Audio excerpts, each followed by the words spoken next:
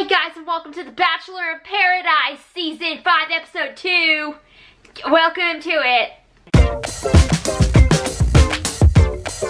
So we start back where we left off. Colton had just gotten back from his date with Tia, and Chris was pulling him to the side to discuss, as we discussed, literally nothing. Astrid starts asking Tia what went on their date. She asks if they kissed and all kinds of interesting questions. Did you guys, like, yeah, we kissed. Did your vagina dance? I mean, a little. Yeah, a little bit of dancing. What? Okay, what an interesting question to ask. So all the guys are really angry that Colton is treating Paradise like it's supposed to be treated, you know, exploring other options. Apparently everyone else is allowed to do that except for Colton, which I kind of see where they're coming from, because they're like, oh, you're keeping Tia on the back burner while also exploring other options, which is he is doing. But honestly, the way I see the whole Colton and Tia situation, if he wanted to be with her, he would already be with her. It wouldn't be such a hard decision. He wouldn't be like so confused as to if he should be with her or not. He would have already chosen her, and since he hasn't, that means that he's not sure, which means they're not meant to be. Chris calls himself the Goose, which I don't understand. And he wears this bandana, tries to be the Karate Kid, which he will never be the Karate Kid. Maybe like the Jaden Smith version. Maybe I'll give him that, since that version is crap. He can do that, whatever. But he will never be the Karate Kid. So Kevin likes Crystal, which kind of makes sense because he's attracted to Crazy. Remember, he was with Ashley in Winter Games. And now Kenny, all of a sudden, out of nowhere, Kenny gets a date card and takes Crystal on the date. So our boy Jordan likes Annalise. I'm not sure why. Sure, she's nice, but she's also kind of a weirdo. I don't know, whatever. And of course, Jordan has this guy who's obsessed with him named David. Yeah, David has to go and talk to Annalise about how he's not there for the right reasons. He doesn't have the right intentions, apparently, because David would know. But Annalise, of course, ignores all that and goes on a date with Jordan, and they end up kissing. So we have a familiar face from Winter Games, and it's this chick. Hey, It's fire, back for paradise. Yuki! I did not miss her. I don't understand her. She's just here.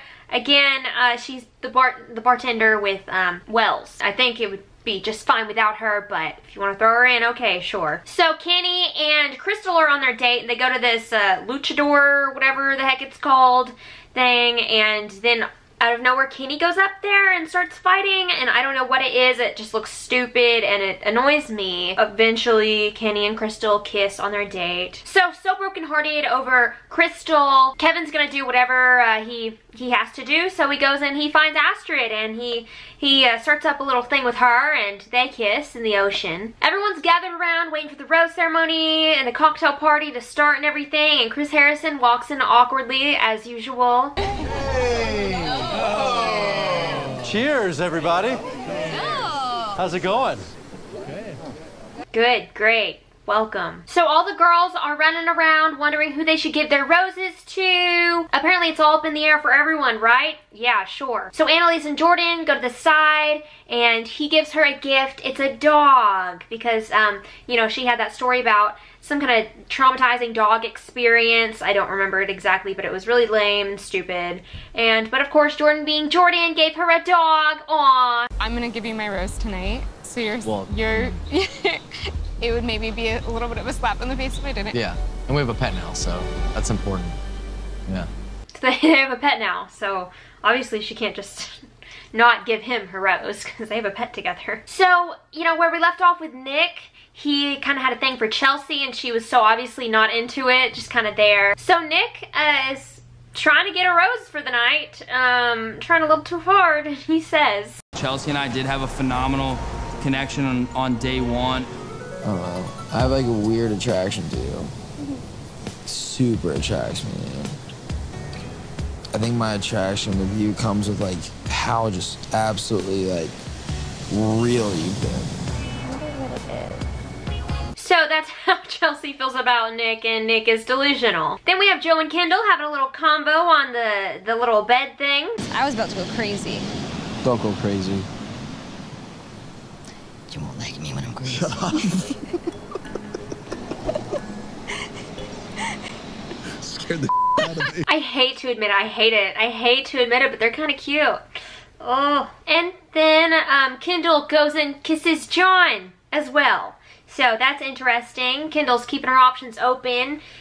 Okay, whatever you want to do, Kendall. Who knew this chick would get so much action on Paradise? Not me. Definitely the last person I would have thought. So Tia's having a hard time deciding if she's going to give her rose to Colton or Chris. And so she pulls Colton away for one last conversation where she gets some answers. Does it bother you to see me with other people?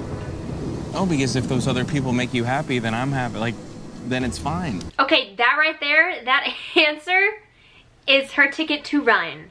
Right there. The way he just said, no, seeing you with other guys did not bother me in the slightest. That means it's done and get rid of him. If you're not ready, then what are you doing? Exactly. This whole time, Colton is like, what? I just broke up with Becca. Me and Becca just broke up. But of course, here I am on Paradise, looking for love. Like, I'm ready to look for love, even though we literally just broke up. It's no big deal. I'm looking for love. Not a rebound, love. Sure. So Colton goes and talks to Angela. He seems to kind of like Angela, but apparently Angela is like, oh, well, someone told me that, like, you're still not over all this stuff. And then Colton's like, who could have said that? It was definitely one of these three guys. And he's like, okay, which one of you told Angela that I wasn't ready for this? Well, like, you're not ready for this, so what does it matter? And now it's time for the rose ceremony, where the girls give the guys the roses, 2 guys are going home. So at this rose ceremony, Crystal gives Kenny a rose, Astrid gives Kevin a rose, Tia gives Chris a rose, Kendall gives Joe a rose, Annalise gives Jordan a rose, Nisha gives Eric a rose, Chelsea gives David a rose.